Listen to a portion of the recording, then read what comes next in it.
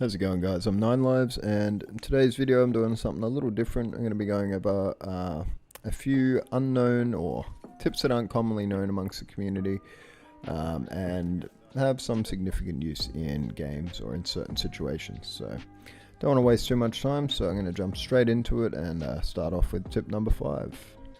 So the first tip is going to be that you can actually throw grenades through the corners of doors at the top and bottom. Some are different, some seem to work easier at the top and some are easier at the bottom. Now this tip a fair few people know, I think, even though it's not commonly used, but what I've never seen anyone do is what I'm doing in this clip, and that is shooting through the gap in the door. Now this is only on certain doors in certain areas. I found 2 doors at least in Olympus that are like this. Which is really weird. I think it's a mistake on Respawn's part. It might be fixed, I'm not sure, but it is incredibly good if someone is blocking the other side of the door. So as you're running around, you know, your favorite spot to land or whatever, just take note of the doors. Some of them might have little gaps in the between the door and the door frame, as you can see here, and you can shoot and throw grenades through that.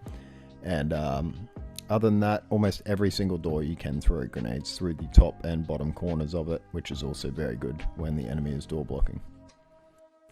And for our next tip, at the start of Season 10, Respawn released the Rampage LMG into the game, which can be charged up with a thermite. And I think most people know when it is charged up, it can shoot doors off. Which I think most people know, but probably still quite a few of you don't. But what I think a lot of people don't know is that Sheila has always been able to do this, Rampart's ultimate, and now with the new Rampart buff, this is even more useful. So as you can see here, she just insta destroys doors, and with the new Rampart buff, this is incredibly good if someone is blocking a door, and also something for you to be wary of if you are versing a Rampart and you're backed away to heal and block a door. Just be careful she doesn't pull out her Sheila and just absolutely melt you. The next tip is going to be looking down when crouching with specific characters can make you go incredibly low. So as you're watching the clip here, this Octane, you can pretty much see to his knee height, but if he crouches and looks down, he is basically just folded in half. It's actually really weird, but yeah, you can really deform your hitbox. Okay, this works with a pistol in your hand. It seems to work the best, and with some characters such as Bangalore, it doesn't work until you're actually moving. That's when you'll really fold in half. So just test it out with different characters, but Octane seems to be the best one, and it seems to work best if you have any pistol in your hand.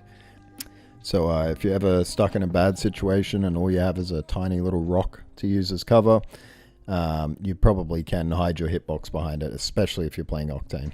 There's probably a few of you that have heard of this next tip, which is going to be breaking your jump pads as you use them.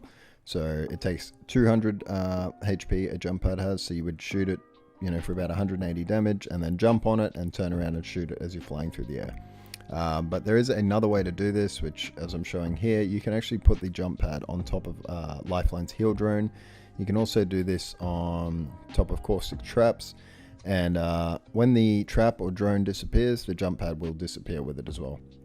So it's an alternative, pretty niche tip, but definitely has uses, especially when combined with like Caustic's trap, because if the trap is triggered, obviously enemies aren't really going to want to use that jump pad, and when the trap is out of gas, it will take the jump pad with it. So bit of a weird tip, but definitely could come in handy for some people. Now this next tip may seem super basic, but I still see a lot of people not doing it, and it's heal your shields before you heal your health. There's a couple of reasons. One, it is way quicker to heal your shields for the same amount of HP as healing health. And 2, if an enemy hits your flesh, they will know that you have 100 HP max, but if they hit your body shield, they do not know how low you are underneath that. So always heal your shields before your health. And I got a couple of bonus tips for you guys, because why not? As you can see here, Pathfinder can grapple on Crypto's drone. This is I think a fairly well-known tip, but if it's done right, you can launch Pathfinder really far. And the next little bonus tip is going to be about the high ground spot above Hammond Labs on Olympus, right here as I'm flying in. There are 3 supply bins behind it under the waterfall, and the middle supply bin always spawns gold loot. In this clip, it spawns a gold PK and a gold knockdown. But yeah, it always has something gold in it. Could be backpack, armor, whatever. So it's a little fun fact if you want to land on some high tier loot, land up there. Anyway, guys, I hope you did learn something new from this.